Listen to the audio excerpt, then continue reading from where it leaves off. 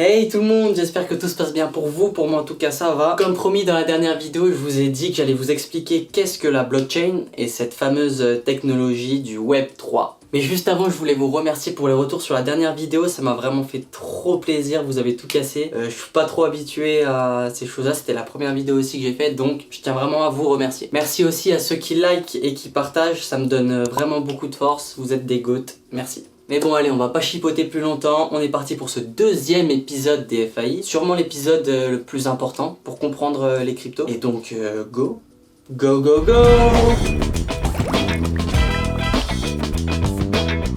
Je vais vous expliquer dans cette vidéo pourquoi selon moi la blockchain est la technologie de demain et je vais vous expliquer aussi comment elle fonctionne. Très important à savoir. On va pas rentrer dans les détails profonds de la blockchain, sinon ça serait trop long. Mais je vais vous expliquer son concept, en tout cas ce qu'il faut comprendre de la blockchain. Et j'espère que vous comprendrez pourquoi c'est révolutionnaire. Quand on parle de la blockchain, généralement la première qui nous vient en tête, c'est celle du Bitcoin. Et c'est normal parce que déjà c'est la crypto-monnaie la plus connue. Et aussi parce que c'est la toute première blockchain qui a été créée en 2009 par Satoshi Nakamoto. Petite anecdote, on sait toujours pas qui est Satoshi Nakamoto. Certains disent que c'est une seule personne, d'autres disent que c'est une équipe. C'est encore très flou. Comme je l'ai dit dans ma dernière vidéo, la blockchain existe pour résoudre un problème. Je vous invite à aller la voir si vous l'avez pas vue. C'est très important pour comprendre le principe du Web 3, en fait, ce qui tourne autour de la blockchain. En fait, le problème qu'elle résout, c'est de ne plus passer par un intermédiaire pour effectuer des transactions, mais de particulier à particulier et tout ça grâce à la blockchain. En fait, elle est là pour que le peuple puisse être maître de son argent. En fait, elle défend cette notion de liberté qui est très importante de nos jours. Et donc, vous allez comprendre pourquoi c'est une révolution. Trop hâte de vous expliquer. Voilà, je te prends. Il faut voir la blockchain comme un gros livre, où à chaque fois qu'une transaction est effectuée dessus, elle est notée dans ce livre. Et ce livre, tout le monde peut le consulter, vraiment tout le monde. Et en fait, chaque transaction effectuée est ajoutée dans un bloc. Et ce bloc, il regroupe plusieurs transactions. Donc il n'y en a pas qu'une seule, il y en a plusieurs. En clair, ce fameux livre, il ressemble à ça. Je te mets le lien en description si tu veux aller voir. Et comme tu vois, toutes les transactions qui sont effectuées, on les voit défiler à l'écran. Je vous ai expliqué le topo, maintenant on va prendre un exemple concret pour que vous compreniez. Donc admettons que Léo envoie un bitcoin à Emma. La transaction va être notée dans le livre. Ensuite, elle va être ajoutée en bloc qui contient plusieurs transactions. Pour retrouver ce bloc, il va être défini par une suite de caractères qui ressemble à ça. On appelle ça le hash. Ensuite, la transaction va être vérifiée et validée par les utilisateurs. On les appelle les mineurs. Ils possèdent une grosse puissance de calcul grâce à leur carte graphique qui connecte à la blockchain pour valider des transactions. Et s'ils valident une transaction, ils sont payés pour ça. Pour valider la transaction, ils vérifient bien que Léo veut envoyer un bitcoin à Emma. Et ensuite, il vérifie le hash du bloc grâce à une puissance de calcul. Et pour finir, une fois que la transaction est validée, le bloc est ajouté aux autres blocs, ce qui crée une chaîne de blocs, d'où le nom de blockchain. Et à partir de ce moment-là, on ne peut plus revenir en arrière, c'est impossible.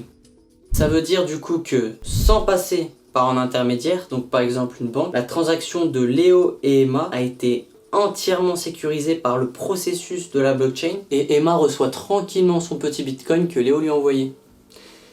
C'est magique, je sais pas si vous vous rendez compte, c'est incroyable de ne plus passer par cet intermédiaire, c'est incroyable. Bon, en vrai ça paraît long dit comme ça avec tout le processus, mais c'est vraiment très rapide, ça prend vraiment quelques secondes. Et c'est justement bien pour ça que la blockchain est connue pour être sécurisée, rapide et infalsifiable. Infalsifiable parce que c'est impossible de modifier les transactions ou de, je sais pas, bidouiller des trucs à l'intérieur, c'est impossible. Je suis allé chercher la toute première transaction du Bitcoin sur le site du coup que je vous ai montré avant, blockchain.com. Et après de très nombreux clics, j'ai réussi à la trouver. Je vous l'affiche à l'écran. Donc c'est la première transaction réalisée avec le réseau Bitcoin. Donc pour l'histoire, en fait, c'est Satoshi Nakamoto, donc le créateur de Bitcoin, qui envoie 10 Bitcoins à son ami qui s'appelle Finlay.